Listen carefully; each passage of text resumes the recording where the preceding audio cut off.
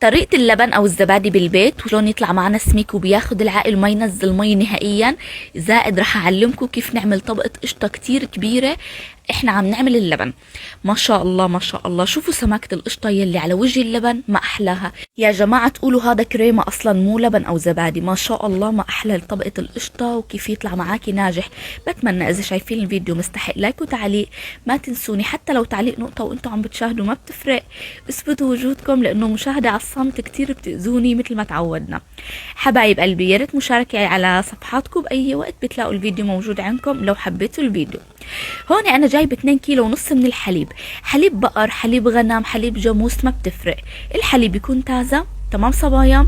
هلا انا بحط لكل كيلو معلقه حليب بودره. هاي انا على طريقتي، انتوا حرين كل واحد فيكم ما تحطوا. حطيت لل2 كيلو ونص الحليب معلقتين و3 معالق حليب بودره. تمام، حركتن كتير منيح وشغلت النار. هلا شغلت النار على اللبن، رح خليه يغلي. اول ما بيغلي بوطي عليه وببدا بعمل هاي الخطوات بالمعلقه حتى اكون طبقه القشطه على اللبن. هلا شوفوا هاي الرغوه هي اللي راح تتكون معانا قشطه للبن، وباذن الله احلى طبقه قشطه راح تطلعوا من اللبن. شوفوا كل ما عليتي ايدك بالارتفاع طلع رغاوي اكتر، وكل ما الرغوه كترت على وجه اللبن طلعت معانا القشطه اثناء التخمير اكتر. شوفوا ما شاء الله اللبن غلى معنا. ضليت حوالي 3 دقايق عم بعمل له هاي الحركه حتى عملت عليه طبقه قشطه سميكه. هلا بدي اخليه يبرد.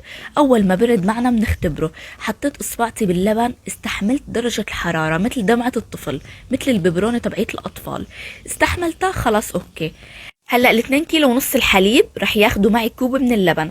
كوب من اللبن اللي هو الزبادي مقاس 250 ملي. حطيته حركته كتير منيح كتير كتير منيح، لازم احركه اول مثل ما شايفين. وهلا ببدا باخد من الاطراف حليب عليه. ديروا بالكم تخربوا الوجه، انا رح اقولكم كيف نحافظ على الوجه ويطلع معنا القشطه باللبن. لا تخربوا الوجه تماما. وهلا شوفوا كيف رح نعمله. نسحب من الاطراف الحليب بس حتى نقدر نخلطه مع اللبن ونحطن بقلب الصينيه. طبعا انا اخترت الصينيه منظرها احلى اثناء اللبن ما يصير فيها كتير بيطلع حلو. فتحت اطراف القشطه شايفين، ونزلت كمية اللبن حتى يتروب معانا اللبن اللي هو اللبن والحليب يلي هلأ حركنا. بدي اجيب معلقة طويلة او شلمونة مثل ما شايفين، وببدأ بحرك اللبن من تحت القشطة لا تخربي وجه القشطة نهائيا. وبهاي الطريقة رح نحصل على احلى كمية من القشطة، وجه القشطة على اللبن. شوفوا انا كيف عملت مثل ما انا عملت، اتبعوا الخطوات وباذن الله رح تدولي. ما خربت وجه القشطة نهائيا تبعيت الحليب.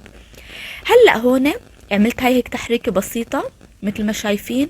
وبدي اجيب هلا احرام. رح تقولوا الحرام اوف ايه الدنيا برد محتاج حرام. وراح اغطيه بالغطا تبع الطنجرة، وبغطيه بالحرام مثل ما شايفين لمدة 6 ساعات. طبعا الدنيا برد، انا خليته 6 ساعات للمصداقية طبعا. هلا هون خليته بعد 6 ساعات فتحت عليه. فيكم تحطوه بمكان بارد مثل بلكونه تغطوه لمدة يوم كامل، او فيكم تحطوه بمكان بارد مثل التلاجة من تحت مو الفريزر من فوق. انا دخلته البراد من تحت اللي هو التلاجة يوم كامل بعدين طلعته.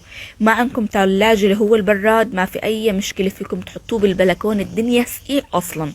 اهم شي غطوه كتير منيح حتى ما يجي عليه اي حشرات. يعني اللي عنده براد واللي ما عنده فيه يعمل هاي الطريقة. شوفوا ما شاء الله عم حرك الصينية يمين وشمال وشمال ويمين واللبن ثابت فيها.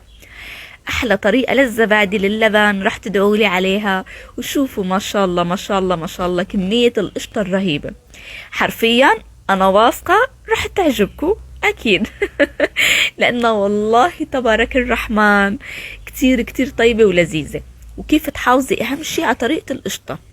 حبايب قلبي، لهون بنكون وصلنا لنهاية الفيديو.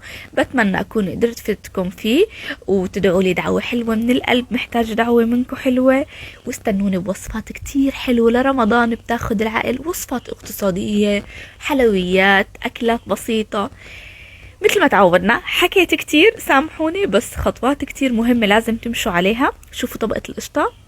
بتعرفوا هاللبنات شو بدن؟ عملت عليهن كاسة شاي وحطيت حواضر وكلوا بالخبز مع اللبن رهيب.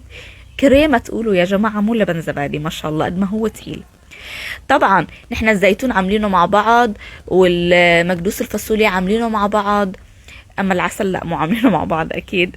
شوفوا ما شاء الله طبقة القشطة والكريمة رهيبة. شوفوا شوفوا شوفوا شوفوا شوفوا، كتير حلوة. السلام عليكم يا احلى متابعين، وبحبكم بالله، واستنوني بوصفات كتير قريبة باذن الله، وكل عام وانتم بالف خير.